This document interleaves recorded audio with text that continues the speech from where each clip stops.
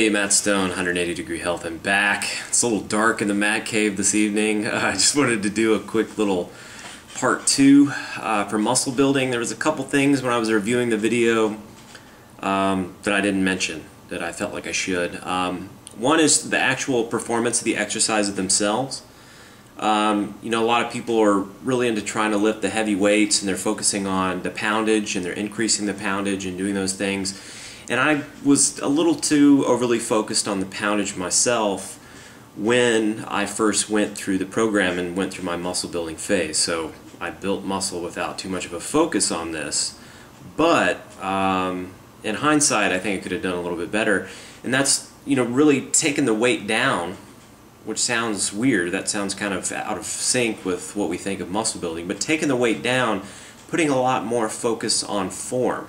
So instead of trying to get the reps out and, I got to get, counting, all the reps and getting really into performing the exercise itself, taking the emphasis off of doing the exercises and putting them on the actual contraction of the muscles themselves. So, if you were to do a bench press or something like that, you would be, and I didn't do any bench presses. I didn't do a single bench press. I actually did a lot of dumbbell flies. I did everything with dumbbells or cables, push-ups, in all kinds of weird positions like I did in Abel's program. But I mean just, a regular, dumbbell bench press or whatever. You're really focusing on the contraction of the muscles themselves and making sure they're getting the peak contraction. You're really feeling each rep.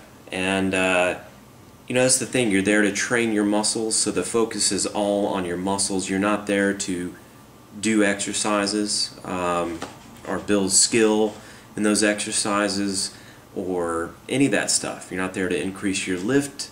You're not there to increase how many pull-ups or push-ups you can do.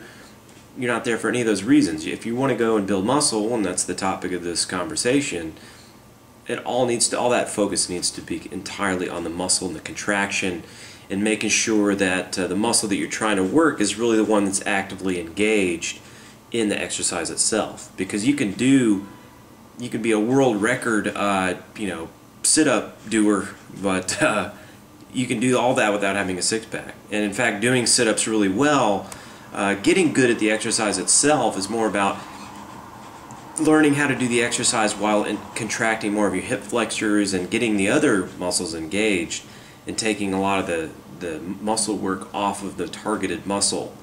So if you were doing some kind of abdominal exercise, the focus has to be on moving those abdominals in different planes and ranges of motion and making sure they're contracted and trying to not engage a bunch of all your other muscles.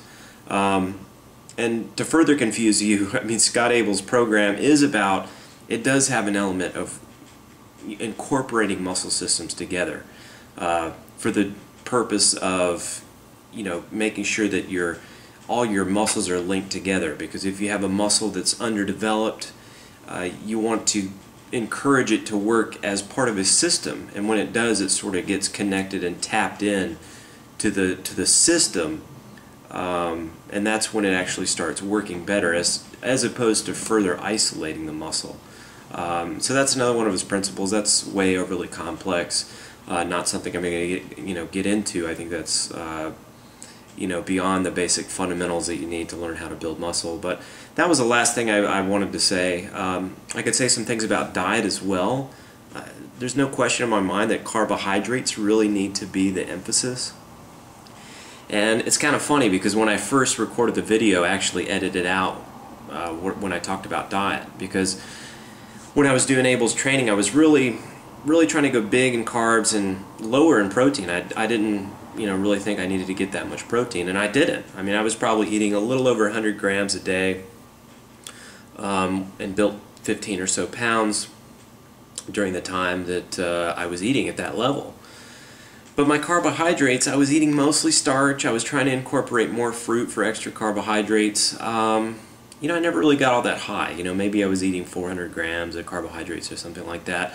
To some low-carb people out there, that may sound like an astronomical amount, but that's definitely not an astronomical amount of carbohydrates. Recently, well, I guess I should back up a bit. in the video, the first recording of the video, which I did a couple weeks ago, actually more than that, I had been upping my protein for maybe a week to 10 days. And I thought that, you know, maybe my protein was too low this whole time. I'm feeling kind of burnt out and overtrained. Yeah, I just seem like I'm sore too much. I'm going to up the protein. So I upped the protein. By the end of a week, I had an injury, which I definitely think was related, because I have those type of symptoms. I have more pain with the more muscle meat I eat, especially poultry and things like that. The reason being, I haven't seen many explanations other than what Ray Peat has given, which is that cysteine and methionine and tryptophan and these amino acids that are very rich in muscle meats, particularly poultry and stuff like that, are highly inflammatory and induce hypothyroidism and have all these different kind of effects that are highly negative and counterproductive for building muscle, and that you would want to be consuming more dairy proteins and not necessarily getting, you know, really maxed out with all these meat proteins, the lean chicken breasts. I don't know how those guys do it. I would injure myself within a week, like I did when I did my high protein experiment right away. So since then, I went to the other end of the spectrum, which is what I was really shooting for all along, and I started doing carbohydrate loading during the early part of the day, which I found to be awesome so far. I don't know what everybody else's experiences with it would be, but I'm loving it, man. I wake up in the morning and I consume, you know, tons of juice, tons of fruit, as much as I possibly can for the first several hours of the day. And I probably get in what I was normally getting in a day, which is 400 grams, something like that. I've definitely got at least 400 grams of carbs in me by noon, you know, before I even eat the lunch. So I've definitely taken some focus in putting it more on carbohydrates. I feel like my glycogen is maximized all the time. My muscles feel puffier. I'm even getting leaner.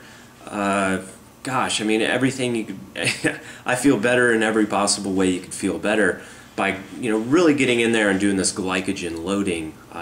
My muscle recovery is better. I have a huge increase in vasodilation. I went to the gym, and I've been working out for months and kind of weak pumps the whole time. And I went in there and I did just a few sets. I did like some hammer curls or something. My arms were just tight. Everything was super pumped. And it stayed pumped for hours, like 2-3 hours. So it's made a huge difference. I mean, the vasodilation that I've experienced from really carbing up, the recovery, the performance. I was saying in the other video that I have a heart rate monitor now.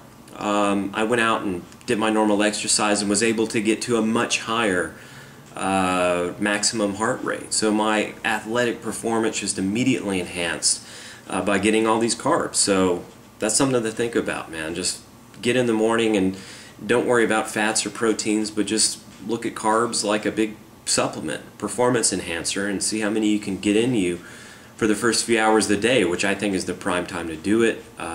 You know, fruits and things like that have been what I've been using to do that, which has a dual purpose of refilling both muscle and liver glycogen.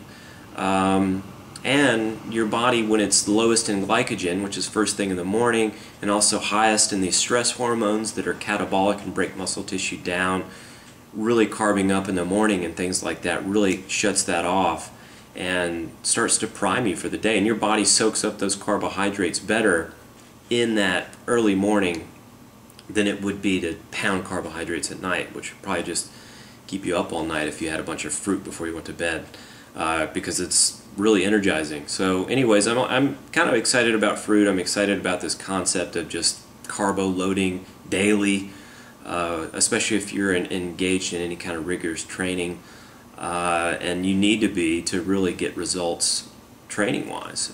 So carbohydrates, I'm going to go ahead and say, are definitely the emphasis. Getting as many in you as you possibly can, especially, like I said, during that early part of the day. That seems to help me out a lot.